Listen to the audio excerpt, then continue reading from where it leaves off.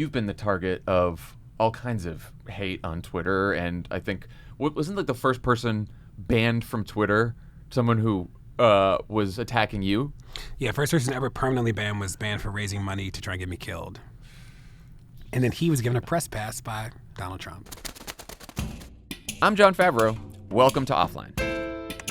Our guest this week is my friend DeRay Mckesson. DeRay's a civil rights activist who also hosts Pod Save the People right here on Crooked Media. I will admit that so far, there's been a bias in the show towards guests and discussions that focus on why the internet, and especially social media, are bad. But because I really do believe that there are also positive aspects to these platforms, I wanted to talk to someone who hasn't just had good experiences online, but who's actually used social media to bring about real change. I first connected with him when he was running for mayor of Baltimore in 2016, but the world got to know him a few years earlier, when he drove from his home in Minneapolis to Ferguson, Missouri, to protest against the police killing of Michael Brown. DeRay's decision to chronicle every moment of that early Black Lives Matter protest on Twitter earned him a huge following on the platform, and was the beginning of a broader movement to stop police violence that's been fueled in large part by social media. Here's DeRay Mckesson. DeRay Mckesson, thanks for doing this, my friend. Honored to be here, and it's great to be in a Crooked studio. Yeah, haven't seen you in a while, in It's been a person, long time. or here in LA in a long time. I know, I always tell people are like, how did you get hooked up with Crooked? And it's like, I cold emailed Jon Favreau. Yeah, back when you were running for mayor. Literally, I remember talking. I remember that. I was like standing outside of a Subway when we spoke in on Reed Street, Reed and Charles in Baltimore. Super That's random. Right. So we've been talking a lot on this series about all the bad that comes with the internet and social media. I want to chat with you because you've seen a lot of good come from these platforms, especially Twitter. Yep. In your book, On the Other Side of Freedom, which everyone should read, fantastic book. Whoop, whoop. You wrote that during the 2014 protests in Ferguson, Twitter saved our lives. For people who don't know the story, can you talk about how you ended up in Ferguson and what role Twitter played in those protests? Yeah, so Mike Brown got killed by the Ferguson Police Department on August 9th, 2014. Led to a lot of people coming out on the 9th, 10th, 11th, 12th. I got there on the 16th. We were in the street for 400 days. It led to one of the biggest protest movements of a generation, which we're all proud of in this moment. And you were in Minnesota at the time, right? And you just packed up and just drove to Ferguson. I was in Minneapolis. I taught 6th grade math, and I remember being like, do my commitments live? And when Mike Brown got killed, he was as old as my students would have been. And I was like, the least I could do is go for the weekend. I'm like, I can go for a Saturday, Sunday. Like, if I can't do that for kids, and like, do I really care? I get tear gas the second I'm in St. Louis. That changed my life. But I had 800 followers on Twitter then. It was like a very I just was out in the street. I believed, and I used to think of, I still do think of Twitter as like what it was like to talk to like your best friend, and I knew nobody in St. Louis. So I was processing like the wildest stuff that ever happened to me, and I had nobody to tell, and Twitter was like my person to tell. And I say in the book, like it saved our lives because, 2020 really skewed people's conception of the protest, because in 2020 it's like 1 million cameras and it's like all this stuff. In 2014, the police put a no-fly zone over St. Louis, so there's no aerial footage, and it was illegal to stand still in 2014. If you stood still for more than 5 seconds, you were arrested. It was like a wild place, and Twitter was the only thing. But this was before Instagram Live, Facebook Live. Twitter was 180 characters, not 240, and the only video we had on Twitter, because Periscope didn't exist then, was Vine. So it was Vine, R.I.P. Vine. R.I.P. Vine. So literally I would take a video and then I'd run like away from the chaos, and I'd hold it up to my ear and like try and find the best 6 seconds of audio, and then we clip it and put it up. And like that was what we did, Wow. You guys had initially been using the hashtag Ferguson. For sure, yep. But then made what would become a fairly historic decision to change it. Can you talk about that? Yeah, so at first it was Mike Brown. It was like hashtag Mike Brown. And then people started trolling the hashtag. So it was like that didn't help. And then it was hashtag Ferguson. And then people started trolling it. And then 2 things happened. One is that the police were just killing a ton of people. So it was not only Mike Brown, it was Kajim got killed, and then the police killed 10 more people in St. Louis. It was no longer only about Mike Brown. Yeah. Ferguson is like a pretty small place. It's in the county, but the police were killing in the whole area. So we needed a way to like have a hashtag that was more expansive, and some people had come down with like posters essentially that said Black Lives Matter as a phrase, and people were like, okay, let's like hashtag it. It was like I remember being like, we're gonna just change the hashtag because people were trolling Ferguson and people were trolling Mike Brown. So we needed something new to like throw the trolls off. So we did that, and then it stuck, you know. But what was so wild about Twitter and all of this is that like I had the same influence from probably like 3,000 followers to 1 million in St. Louis. And I would say that was true of all of us who were there. We didn't know that people all across the world were watching us. Like we had no clue because there wasn't really a good feedback loop. We were just outside doing our thing. And it wasn't until the protests, that wave of the protests ended, that I traveled. And I was like, oh my God, people know everything we've done. They've seen all of it. They like, you know, people like know us. The hashtag became like a thing because in St. Louis, it was a very different experience. I mean, you said that, you know, you arrived with 800 Twitter followers. You have 1 million today. There were obviously a lot of people on the ground in Ferguson tweeting and protesting. Have you ever thought about what it is about your Twitter feed that attracted so much attention and so many people? I think, honestly, because I wasn't from St. Louis, I was like processing every single emotion. I'm like, this feels really wild. The airs did it. Like it was all this stuff because I had nobody to tell. Yeah. And I think that narration actually just helped people like follow one story all the way through. That's interesting. So fast forward a couple years, you've after Ferguson, now you've got all these followers. You decide to run for mayor of Baltimore. What was it like being the only candidate in a crowded primary field with a few 100,000 Twitter followers from all over the country and the world as you're trying to get like 20,000 votes in one city to win a primary? Yeah, it was, you know, let me preface this by saying I'm super thankful and, you know, thankful for everything. It was so annoying because the night I announced, the editorial board releases a statement saying DeRay has already won the primary of Beyonce. That's like the initial statement from the Baltimore Sun. It's not helpful. Not helpful. So that's like people's first. And at that point, I had 300,000 followers. So the headline is like DeRay has more followers than registered voters. Right. Also not helpful. Not yet, I'm not leading with Twitter. You know, I'm like very much like I believe in this. So I request a meeting with the editorial board. Because I'm like, I know the content, right? Like you cannot like me for a host of things, but you will never say I don't know the content. I know the content. Right. So me with the editorial board, during that race, I was the only candidate who got a single, like an editorial just focused on them during the race. And the headline is DeRay Mckesson is the real deal. And they are like, this is not a joke. This is not, I'm like, thank you guys. Like, so not helpful, that primary Beyonce thing. But it was hard because people expected fluff and like, you know, it was like, even now I read stuff and people are like, DeRay thought that just because it's like, I announced with 80 days left to election day, which like somebody who works in, you know, that's crazy. That's like an insane thing, right? That's not a lot of time.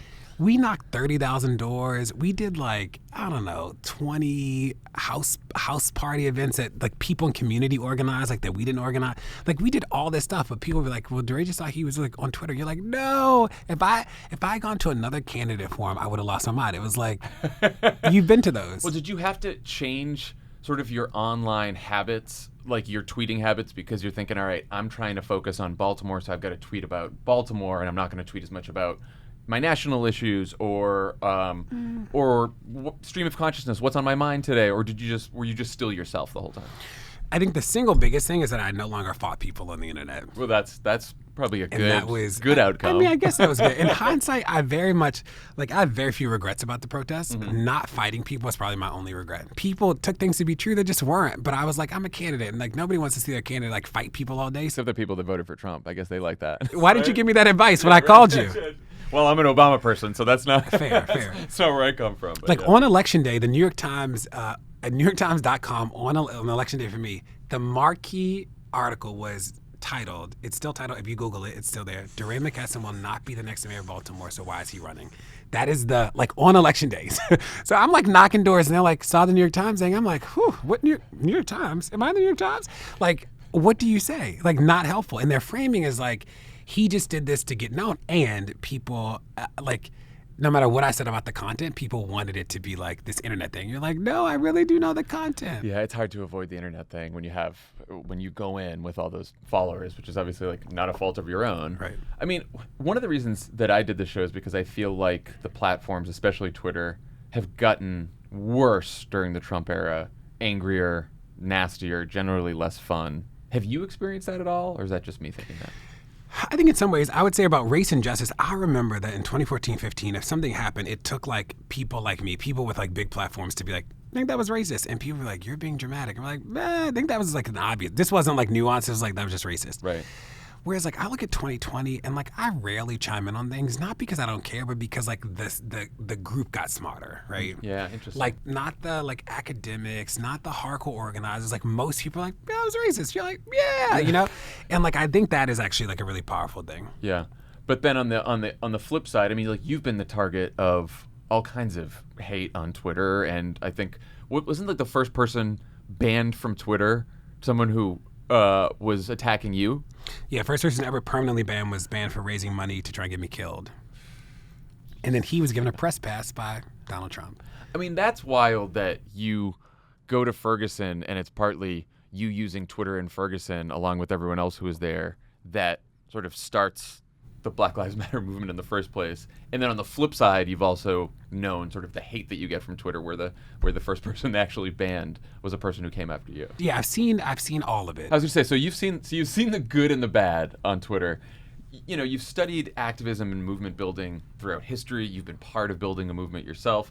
Like, what is it about using the internet and social media to help build a movement that makes it easier than doing it offline? I think that the speed with which messages can travel is just like unparalleled. Especially at that time, we could deliver content all across a community in one fell swoop, and it wasn't mediated by like what group you were part of, who you knew, that like you could just plug in. That was actually really powerful. I think the second thing, and I definitely felt this in 2014-15, I think that we're seeing the benefits of it in 2021, is that people can learn in private. So there are a lot of things that like you never would have asked, you never would have said, but you can follow this thread around medication abortion or around that you would have, otherwise you just wouldn't have had access to. That's a great point. Do you know what I mean? I find that I do that all the time. Like, you know, I like to. Part of my problem is that I'm on Twitter too much, I think, and it's addictive. But one of the reasons I think it's addictive, aside from just like the dopamine hits you get from finding out what's going on in the world, is I go down these rabbit holes to learn stuff that I wouldn't have asked otherwise. Ever. And you get to do it in private. So like you can have that wondering that's like, I don't really know, or somebody, you aren't going to tweet the question, but somebody already tweeted it. So like you can do that. Or what I do, you know, right now when I say things on Twitter, it's not newsworthy. I can retweet things and make it a thing. Like that's sort of my superpower on Twitter now. So like, you can amplify. Yeah, I'll find something that like I'm curious about. I'll amplify, and then it'll become and I'm like, wow, I never thought about that. Or like, you know, I'm obsessed with. Did you see the Dallas Buyers Club? Yes. So there's a naloxone buyers club. So naloxone is like opioids.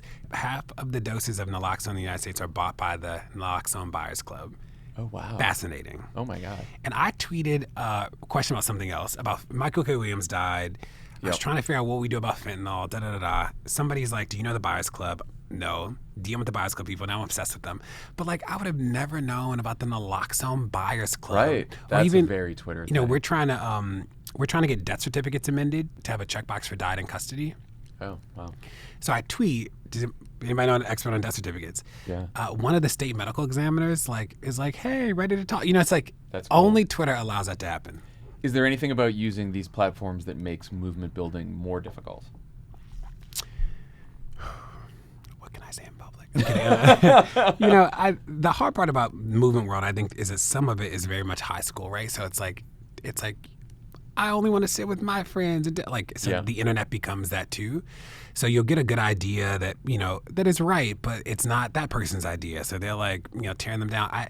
What we didn't have to deal with in 2014 is like the language of going viral wasn't a thing. We didn't have language for that. That's interesting. So what you find in you know this, but people will fight or say things only to like go viral to get a thing, and people have figured out how to turn that into a thing. Yeah. Whereas going viral in 2014 was like 100 retweets. You know, yeah, that's interesting. It was very like people sort of know how to trigger. Yeah, the viral. That wasn't like a thing. I don't ever remember being like, "Whew, I got to get 2,000."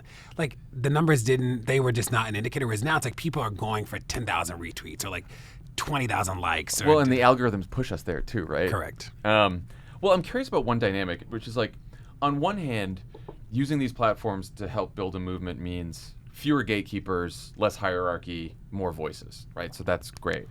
On the other, it seems like it'd be harder to shape a single message or a single narrative that can attract people who aren't already part of the movement. Have you found that? One consequence of no hierarchy is you get a whole bunch of collective energy, but then you've got a whole bunch of different voices, and sometimes it's a muddled message. I don't know if it is no gatekeepers. I think the gatekeeping just looks different. I think that, like, what was so beautiful about Ferguson is that, like, contrary to what people will say today, it's like the organizations did not lead. It was like people just came outside, right? And like people figured out how to organize themselves. And I wouldn't have called myself like an organizer per se before, but a lot of us wouldn't. You know, and the first thing I ever did in Ferguson was make peanut butter and jelly sandwiches in a living room. And like that was how a lot of us sort of came up.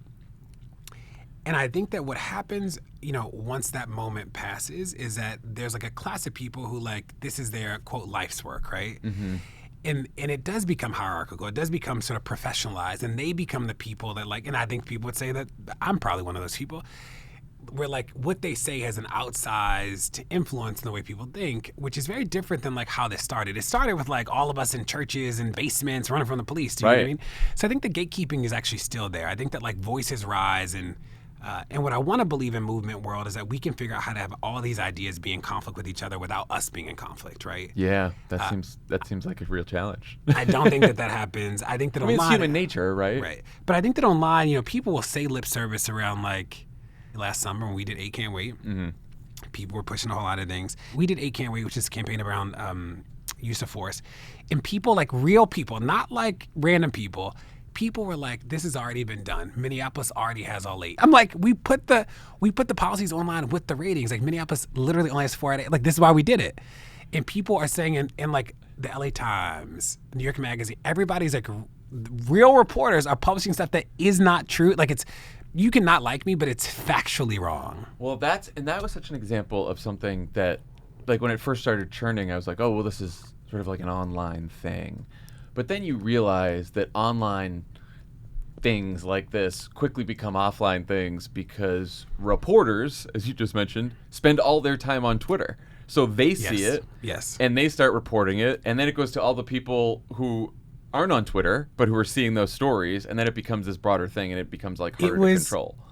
It was hard and wild to live through. Even like wonky things. So like, we were calling for a ban on neck restraints, so chokeholds and strangleholds. A chokehold is your Adam's apple. A stranglehold is the muscles around your neck. It's called a carotid restraint. Right. Not the same thing. People, real people, like New York Magazine, LA Times, all the national publications pushed pieces that said New York City banned chokeholds in 1993. Like, why is DeRay calling for something that already happened, right? And I'm sitting up here as a content expert, and I'm like, well, if you read the policy, you would know that New York City did ban chokeholds in 1993. That is true. De Blasio in 2016 on the next page has a line that says everything banned on the previous page can be deemed unbanned by a committee of the police department, which we would say is not a ban. Right. But it's actually never banned carotid restraints. Has never. So when Garner gets killed, the police union comes out and says, we didn't choke him. They're like, we used another restraint. We did not choke him though, right? Yeah. So I'm like, if you read the policy, you know that they did not ban all neck restraints, but the reporters don't know the difference between chokeholds and strangleholds. They think a chokehold is the only thing used. But it was like wild to like watch people who are like real, not like crazy people trying to go viral on the internet, but like real writers write things that were factually incorrect. Was pretty wild to live through. Were you surprised how fast Defund the Police took off after George Floyd's murder in 2020? Not surprised, because I think that like any good slogan, like it does work, right? And I think that did a lot of work. I think it's been interesting to watch like the arc. Mm-hmm. I was one of the big explainers of the concept at the very beginning and continue to help people explain it.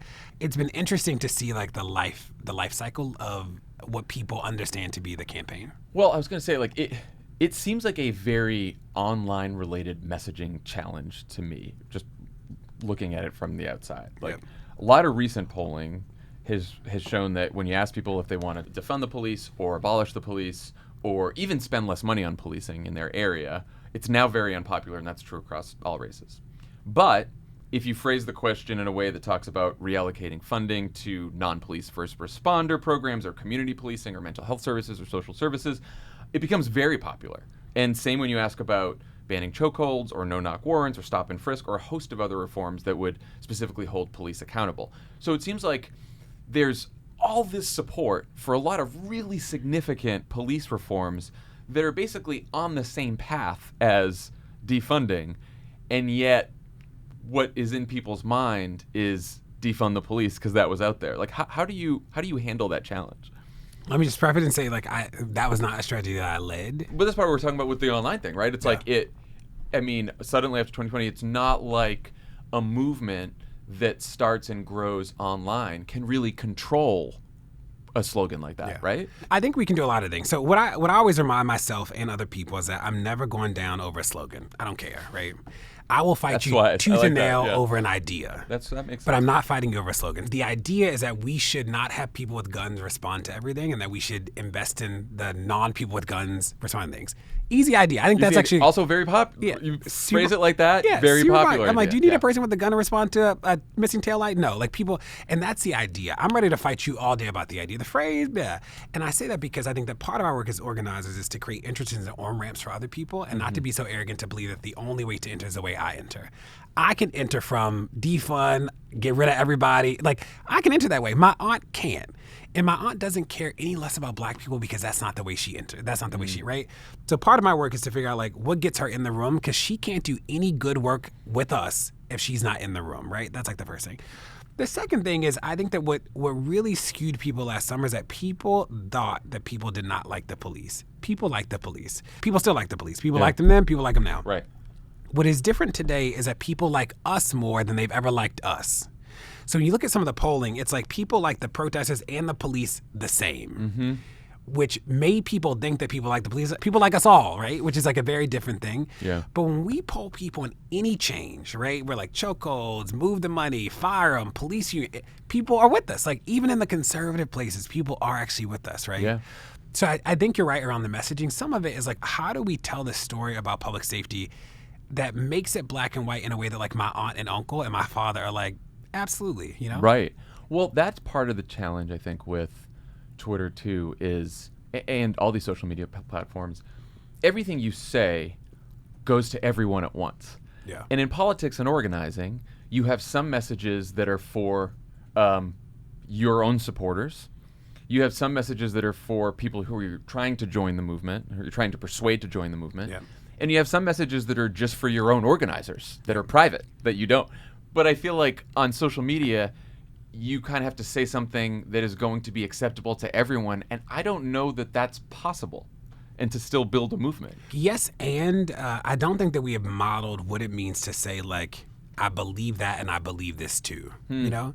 So people like dig their heels in over. Well, that would involve nuance. Yeah, and it's like I remember with AK and Wait, people wanted me to like take it down, and I'm like, we are right. There's not a moment where I thought I was wrong, right? Yeah. I get people's frustration, but I'm like, this isn't wrong. I get that you are asking for like a host of other things, but like we should be able to have a conversation about this idea that like no one strategy is the only like defund doesn't do all, like is not, even at the best of it, is not the only strategy, right? Well, like AK is not, like all of these have to live in concert. Well, we're sitting here a year and a couple months after those protests. There was a big New York Times piece, I think just a couple weeks ago, about how a lot of police departments in major cities are now getting their money back and their budgets. I saw that piece, and then I went to the Campaign Zero website, your organization, and looked at the 8 Can't Wait policies, and like a ton of big cities since 2020 have adopted those 8 policies, which again, you guys never said is going to like solve police violence, but it's going to make a difference. Do you find it harder to build support among activists and organizers for reforms that may be less sweeping than a defund or an abolition, and yet still pragmatic and have a real effect? Yeah, I like the way you frame that, because my push would be this idea that like the strategies are in conflict, right? That like we should save people's lives today because you got to be here. Like I'm trying to build a world that you enjoy. Right. So if you get killed, my larger goal is actually like a harder place because I want you to be here. So I get that banning solitary confinement is not the end of incarceration. I get it, right? Yeah. But should you be in a cage 20 hours a day? No. Like, so I want both of those things to be true. I want to get rid of solitary confinement, and I want to get rid of incarceration in general, right? Yep. I want to make sure that you can't get choked to death, and I know that's not the end of police violence, but I also want you not to get choked to death, right? Those are like, those not in conflict. Should not right? be in conflict. Not in conflict. So, and I think that there is something about the internet that like breeds this, like, we have to battle to the death about some stuff. And you're like, that's why I didn't fight back with AK. It was like, I'm not fighting you. You are like, you know, a million think pieces about how this is a bad, it's like, 40 years of research says that this actually works, and I'm willing to go down, but I'm not fighting you about this because like we are not, I actually have real enemies, and like the movement, I'm not fighting you, right? But I'm happy to talk about it and stuff like that. The second thing is there was clearly a backlash to the phrase and strategy that was not helpful. And last summer was a reminder that we have to have more things for like lay people, for a legislature, like to pick up and go do. Because there were a lot of people who were like, I'm ready to go do the thing. And even people who were like, I agree with the budget. They're like, how do I cut it? Right. And they didn't know, right? And it's like, we got to figure out. Like I can go to my local city council meeting and yell once, and then what do I do if they don't vote for it? Yeah, then I'm stuck, right? Or what happens when the city council member calls you and says, how do I cut it? Like we need to make this easier for people, which is like no critique of anybody. That's just like a general organizer thing. And, we can't predict when the next big national thing's going to happen. And like, we got to be ready. I think that the learning from last summer for everybody was like, be ready. So the moment that anything happens where everybody is turning to do something, you have a thing to get them to do. You know what I mean? Well, one of the things you just said that I've been thinking about a lot is I got to reach my aunt, right? And I do wonder if being online all the time sort of makes us, or gives us sort of the impression that everyone thinks like we do because we follow people who think like we do, or we follow people who think the complete opposite of what we do, right? So you have a good idea of what your opponents think. You have a really good idea of what people who think like you think. But you don't have a great idea of what like most people out in the world think if you're on Twitter all the time. And I think that leads you to think, okay, there's a bunch of racists who hate defund the police, and then we believe in defund the police, and there's no one else in the middle. And I think that's a hard. I think you're right. I mean, because you've been in organizing and you've been in politics. You had to try to win over voters, right? It's hard to persuade people, and it takes a lot more work. The aunt test is my test. It's a great test, yeah. Does my aunt get it? Does she agree? And if she doesn't, and like, we're working on a campaign now, it's like, there's a way that like Rikers, you've heard of all the horrors in Rikers. What's happening in Rikers, you should get somebody on the show about this. We're trying to find somebody too, is the corrections union is actually engaged in a sick out. Mm-hmm. So what you'll see on the news is that it says that there's understaffing. Rikers has about 5,000 people in detained. There are almost 8,000 correction officers. It has the highest staffing ratio of any jail in the United States. 2,000 corrections officers called out sick on a Tuesday, and still the highest staffing ratio in the United States, right? Wow. Not a shortage. But the corrections union is literally engaged in a sick out to create a crisis. They want people to be hurt, damaged, because their contract just expired. So that when they go to the negotiating table, they'll be able to say, it's so wild in there, you got to pay us more. I think that is criminal. I think that's crazy, right? Yeah.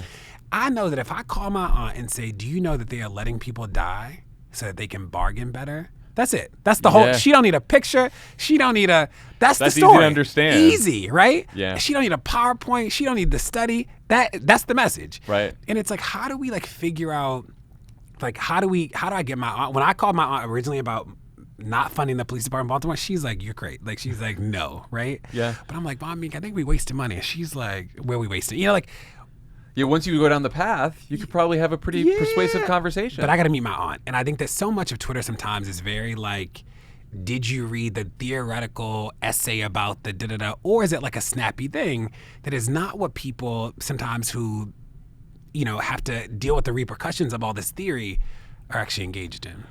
There's another thing that happened in 2020, which is, there was obviously a lot of well-meaning posting about racism and racial justice during the 2020 protests. There was the Black Square Day. There were, a lot of brands got involved, as they always do. How do you think about building a movement that welcomes everyone who wants to participate, but asks for participation that goes deeper than just posting? Yeah, I think that, and this is like a task for organizers. I'm sympathetic because I think that nobody had ever anticipated this many people to want to do a thing. Mm-hmm. So you've never seen a nonprofit that can absorb 20,000 volunteers. That's really hard to do. And whether it's race or not, that's hard, right? I think the second thing is that we have to figure out how to turnkey solution. That's what we try to do with They Can't Wait. It's that's how we rated all of the city policies, because we knew that we didn't have the capacity to work with everybody, but we'll just make the policy public so you can just go look at your individual policy and stress your mayor out. And they did it. I have an email from a mayor back in June. She was like, please take my city off your website. I'm a small town mayor. I've gotten hundreds of emails. I get it. And I'm working on it. And we didn't take it down. But yes, stress that woman out. You know what I mean? That is the purpose. And how can we turnkey more of that? What I'll tell you that shocked me is that most of the things that you know about, you would think that like the basics have been done and they haven't. So like solitary confinement. I thought that there was like a map of all the jails in the country and their policies on solitary confinement. There isn't, right? Wow. Like there are all these things that are like low-hanging-ish fruit. And I think that part of what we have to do in organizing is like turnkey all the solutions so that anybody can look at it and be like, oh, okay, I totally get it. And even things like we did a campaign on no-knock raids. Every single state that has a law limiting no-knock raids we wrote, which we're proud of. But when we started, people were like, ban no-knock warrants. Banning no-knock warrants literally has no impact. It's not a thing. You don't need a no-knock warrant to do a no-knock raid. The police know that, which is why they don't care. They're like, oh, wow. Cool. See, I didn't know that. Yeah. There are the short version is there's two types of warrants, a no-knock warrant and a knock and announce. A knock and announce is like, I'm knocking and I'm the police. You can actually knock and say you're the police at the same time, which feels like a no-knock, right? Yeah, of course. So the way to limit it is like super easy. We made this rubric, and it's like officers have to wear uniforms when they execute search warrants. People agree. Like the law should require you to say you're a police officer. Agree. You shouldn't be able to use flashbang devices and throw them through people. You know, like it's like at that level, people are like, I totally get it. You know what I mean? It's like, how do we turnkey those things around? Do you ever wonder what the civil rights movement would have been like if social media and Twitter had been around? Would we be remembering the same leaders? No, I think we'd be remembering more people. I think that we would see their fights a little more publicly. Like a part of me I do wish that we were able to have more philosophical, like internal debates in public, because I think people would benefit from it. Like because there's like a camp that calls themselves abolition. There's a camp that calls themselves sort of reform in the sense of like, we can fix the bad thing. Right. Then there are the people that are like, I'm like a harm reduction person leading to abolition. They're like, I got to keep you alive while we're fighting. And then this is our long-term goal. Yeah, and we're trying to get here, right? Like both of those things are true. So I'm not trying to fix the crazy. The thing got to go. Yeah. But I'm trying to make sure you like don't die in the process, right? Right. And like I think that the philosophical differences are important for people to understand. And I worry that the internet makes it a conversation about like right and wrong. Yeah. And it's like, no. We all believe in black people. We want people to be free. Like that's a real thing. You know what I mean? Yeah. The way we plan to get there might be a little different, but like we believe. Well, it is sort of the ability to argue without like just getting really angry at each other. like disagreeing without being disagreeable, right? Like, or being like, you know, as much as people talk about critiquing hierarchy and patriarchy, the idea that like you own an issue, that is hard. Like that is you actually participating in the very system that you want to undo, right? Yeah. Like you don't own this. You're not the only organizer in this city. Like, but there are a lot of people who are not only territorial, but are like, this is mine. And it's like, no. And I say that as like every single campaign we've led, we have defined the space. And still, we don't own it. Like everybody who does police union work is derivative of the thing that we did. And still people do things that we don't control, and we get it. Like that is a part of what it means to put something in the world. Do you know what I mean? Yeah. Well, like, you know, you were a new activist, you know, at one point in Ferguson, and there are plenty of new activists today. Like, how do you collaborate with some of the newer activists today who some you may agree with, some you may not? Like, how do you amplify their voices, help them out? Like, what does that look like? Yeah, I think philosophically, I'd say like, you know, one of the things that I remind myself, even about how the protests began, is like, you know, at the family potluck or at the community potluck, everybody brings something. Mm-hmm. And the only people who are annoyed and offended when you ask, what did you bring, are the people who didn't bring anything, right? Everybody else is like, I brought the macaroni and cheese. Might not taste good, but they're like, I bought it, right? Or like the people who brought like paper towels. But everybody else can just tell you what they brought, right? Mm-hmm. And I think that part of what I'm reminded about the origin of the protest is this idea that like there was not one cook. There weren't two cooks. There weren't three. This is a potluck. Everybody brought something to the table. And I say that because the way we tell the story shapes the lesson we learn. Mm-hmm. And the lesson from all of this is this idea that like it took all of us to build this thing. It wasn't three. It wasn't one. It wasn't two. It was a potluck, right? The second thing about how we help people is that like we acknowledge that we got to have enough food for everybody to eat. Right. And like I will never be able to provide all. I cannot do it, right? So we want to bring as many people into the fold as possible to like bring their dish, and some are going to be better than others. Some people need to learn how to cook a little bit better. But like we know that like we need all of the food to eat. Do you know what I mean? And well, that's an empowering message, right? Because that makes people who are on the sidelines who haven't joined yet think, oh, I can be part of that. I can help. I can lend a hand. Come make something, right? Whether you're making like cookies or cupcakes or the casserole, right? Like we actually need you. And there's a way that people tell the story that says, this is my cookout. Mm-hmm. I created the space and I cooked all the food. And that is like the hierarchical way to think about organizing. There's another way that says like, this is a space that we all realized everybody had to eat. Right. And like some people weren't eating, so we all made something, right? Yeah. And like so when people press me on the work, I'm never offended when you're like, what do you do? I can tell you the work that I do because I know what I brought to the cookout, right? Right. You had this great tweet from 2015 that I still think about sometimes. You said, Twitter is home, Facebook is grandma's house, Snapchat is your best friend's house, Tumblr is the computer lab, Instagram is 24/7 prom. Do all those That was good. I That's forgot good. about that. Do you think, 6 years later, do all those comparisons still apply, and are there any new categories? I think Twitter is, I said it's your best friend's house? Twitter is home. Oh, Twitter is home. Snapchat, you said, is your best friend's house. Twitter is home. Yeah, Twitter to me is still home. I think Instagram is definitely 24/7 prom. It's like, why is this? Why? But it's prom with video now, so that is. Yeah. There was no video back then. That's true. Facebook is definitely still grandma's house. Tumblr is non-existent, so that would be that'd be different. By Tumblr. What was the other one? Oh, Snapchat. I don't really use Snapchat. Yeah. But I think stories are your best friend's house. Interesting. Stories. Which of those platforms do you think will be most important for Gen Z's activism?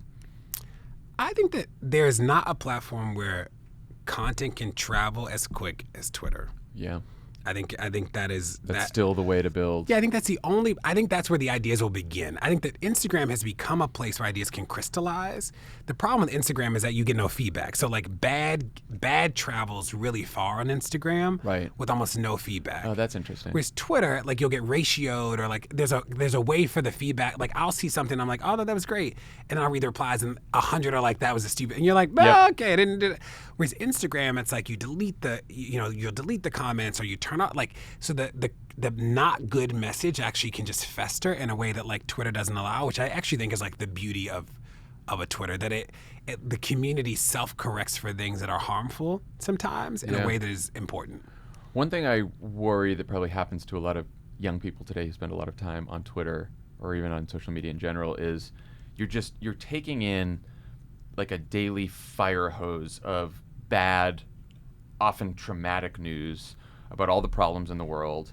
And you're also, because this technology moves so fast and the news moves so fast now, you're sort of used to instant gratification, except there's no instant gratification when it comes to social and political change.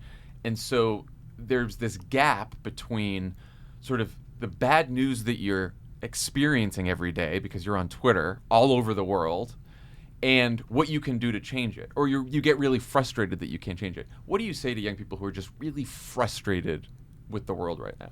Yeah, I get it. I will say Black Twitter is both the drama and the funny, and the world is burning. So Twitter, I'm like, that was funny. Like I see some stuff, I'm like, that was good. That was good. You got me. Like, did you see that Game of Thrones Halloween costume, the trash? No. She was like in a trash bag, and it said last season of Game of Thrones. You're like, that was good. That's funny. That was good. So I think Twitter is still funny and like still fun. Mm-hmm. But to the young people to anybody who's like, I worked really hard, I saw it, I protest, I voted, and the world's still not great. Right. I think what I say to myself is that we can win. Like I believe at the core, I think that we can win. I think that we will only win if we continue to the community is bigger than our biggest problem. I believe that. Mm-hmm. And that the more and more we like help build community, I think that like we will do the thing that no idea that's ever changed the world, or every idea that's changed the world, has always started in a kitchen, living room, porch, basement. Like that is how all the best things started, when these are like random. The big idea did not get 1 million retweets. The best idea did not start out as like the most popular thing. It started out in some random, like think about the things that you've thought up that like changed, that they like came to you in the bathroom or that's like, they never start out as like the coolest thing you ever tweeted. Like that's not how it happens. Right. And I think that the internet has thrown off like a younger set of people. They think that like the viral thing is a big idea. And you're like, no, the best idea is always some random, it comes in a small pocket. It's in the middle of the night. Yeah, or like with your friends in the basement. You're like, what can we do? You're like, and the third thing is, and I say this, I'm proud of the work that I've done, but if we had all the answers, we'd be done, right? Right. So like, I'm super excited about the new people who are like, what if we do this? And I'm like, that's not my strategy, but I support you doing that, right? Like, right. And if I can help, let me help. And I had to ask myself, especially last summer when it was dark, what am I chasing? And like, I'm chasing zero. Like, I'm trying to get to a world where the police don't kill people, and we move away from understanding people with guns is the best response to public safety. Yeah. And like, that is what I'm chasing. That is like my thing. I'm not chasing viral. I'm not chasing magazine spreads. I'm not chasing endorsement. Like, I'm chasing zero.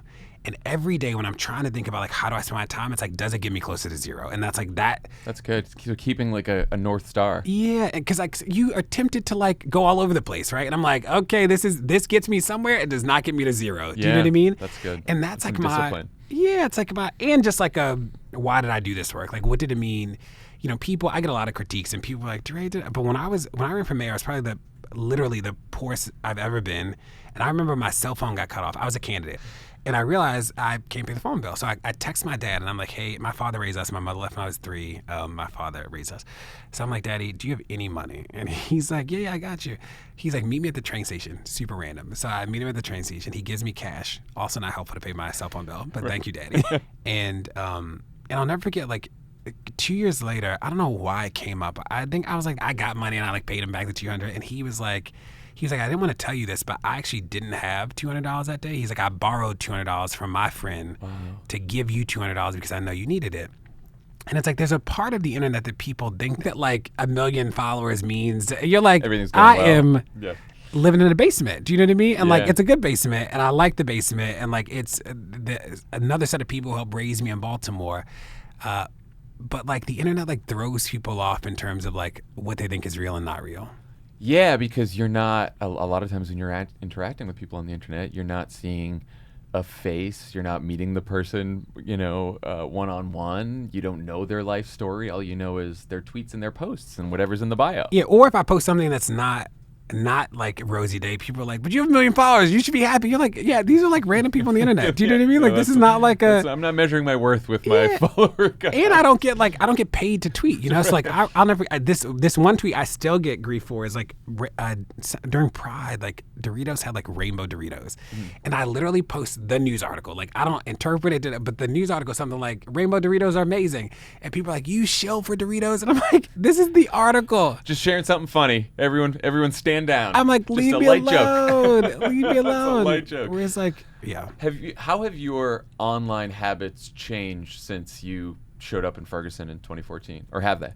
I used to tweet a ton. I probably use Instagram more regularly about my personal life. Twitter has become more work. Got it. Okay. Whereas like Twitter before I'd be like, I can't find my other sock. Like Twitter was like very like, yeah. Whereas Instagram is a place I do that now, partly because I just don't want to fight with people about my life stuff anymore. Not worth I'm it. like, yeah, I'm not like, worth it. Don't need it. Yeah, I'm like, I don't really need that. Doesn't move the ball forward. So that's that. I probably get connected with more people on Twitter. That was always true though. So like, I tweeted. There's a company that does something in the world that I am trying to get their contracts ended in 100 cities, and I tweet about it not too long ago. And the CEO DMs me. He's like, "Can we talk?" And we talk for 45 minutes. I'm not swayed, but I'm like, but it was. You made your case. Yeah, I'm like, but like only Twitter would connect people like that. Like allows for that to happen, you know. And there is something really cool about that, you know, that I think is special. I worry about the hunt for viral. I worry about like the performance of activism sometimes. That like just I see, maybe I just didn't see it as much in 2014. I see it more today, you know, and I'm like, this is annoying. Yep.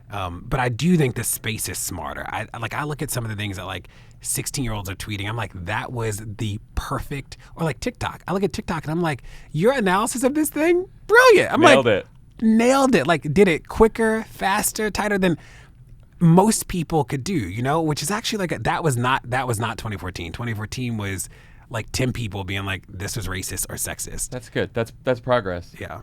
Last question I'm asking all our guests. What's your favorite way to unplug, and how often do you get to do it?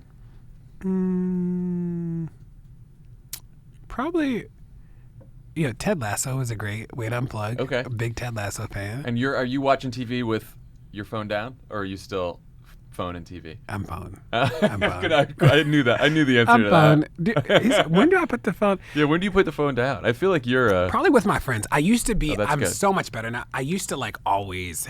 I used to feel like a responsibility to like always be near the phone during the protest. Like Right. that was like a Yeah, thing. that makes sense. And I don't anymore. I no longer work all day. Like I like work a solid like 9 to 6, 7 in terms of meetings all day, and I have work to do afterwards. But like I used to always be on, or like, you know, I did a very quick trip to LA for this thing the other day.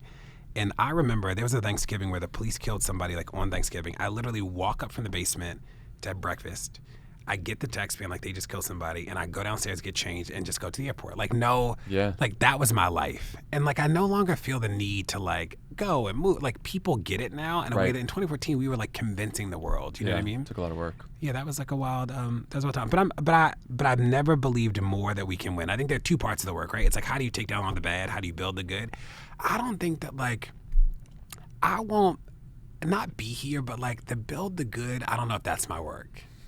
The take down the bad, I see it. I'm like, I got it. I'm like, I can see it in my spirit. Like, the only constraint is I can't find enough people to help. We're doing like 80 campaigns, which is wild. And I like cannot find enough people quick enough. Like, that's the only constraint. But I had to ask myself, like, what do I want to be true before I take my last breath? And I get that I will not live forever. And it's like what I tell myself is like, I want to be able to say that I fought for Black people and I never lost my joy. You know, like I want that to be true. That'd be, and I be a hold beautiful that. thing. I hold that. Thank you, DeRay. Appreciate you spending time here. Good to be here.